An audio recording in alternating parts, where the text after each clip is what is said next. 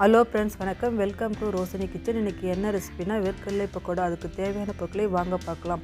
வேர்க்கடலை, அரிசி பவுடர், மிளகாய் பவுடர், உப்பு தூள், இஞ்சி பூண்டு பேஸ்ட், கடல மாவு.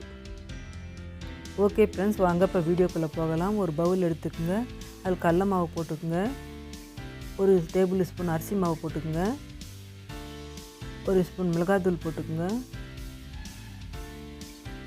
உப்பு தூள் கொஞ்சம் போட்டுக்குங்க. ஒரு டேபிள் ஸ்பூன் இஞ்சி பூண்டு பேஸ்ட்டு போட்டுக்குங்க. கொஞ்சமாக தான் தண்ணி விட்டு கலக்கணுங்க.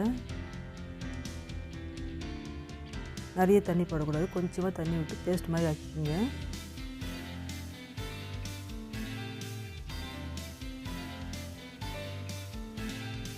ஓகே ஃப்ரெண்ட்ஸ், பேஸ்ட் ரெடி ஆகிடுச்சு. இப்படி தான் ரெடி பண்ணிக்கோங்க.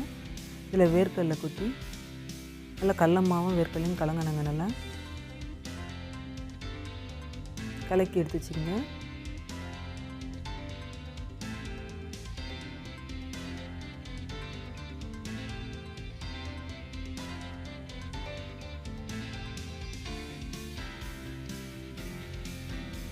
எல்லா வேர்க்கடலையும் கலங்கணுங்க. அது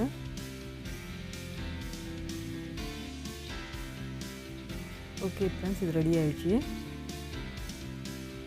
அடுப்பு பற்ற வச்சுக்கோங்க. ஒரு வானல் வச்சுக்கோங்க.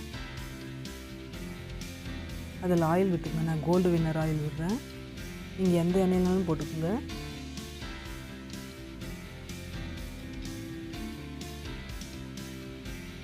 ஆயில் நல்லா சூடாகட்டுங்க. மிதமான சூட்லேயே வச்சுக்கோங்க.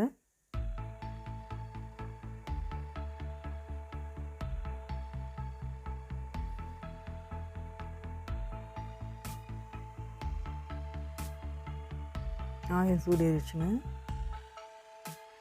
இப்போ வேர்க்கடலை எடுத்து ஒவ்வொன்றா பிரித்து விடுங்க. அதிலோட எண்ணெயிலோட சொல்லவே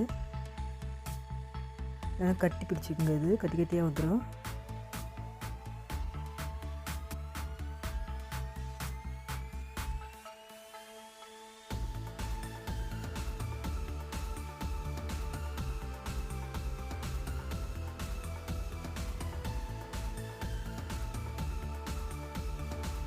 இந்த கட்டியெல்லாம் பிடிச்சி விடுங்க.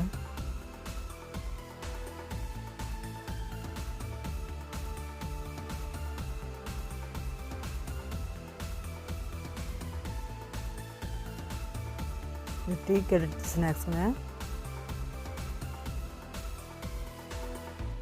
நல்லா இருக்கும். இது மொறுன்னு நல்லா இருக்குங்க.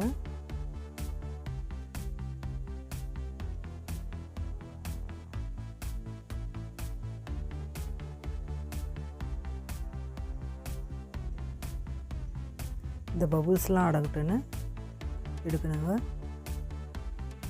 கோல்டன் கலருக்கு வரணும்.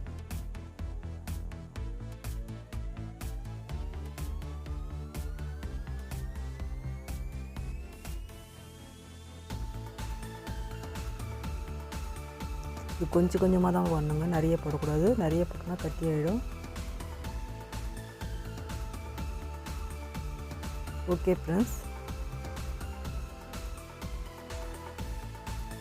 இப்போ வேர்க்கடலை பக்கோடா ரெடி ஆகிடுச்சு. உங்களுக்கு இந்த வீடியோ பிடிச்சிருந்தா நம்ம சேனலுக்கு சப்ஸ்கிரைப் பண்ணுங்கள்.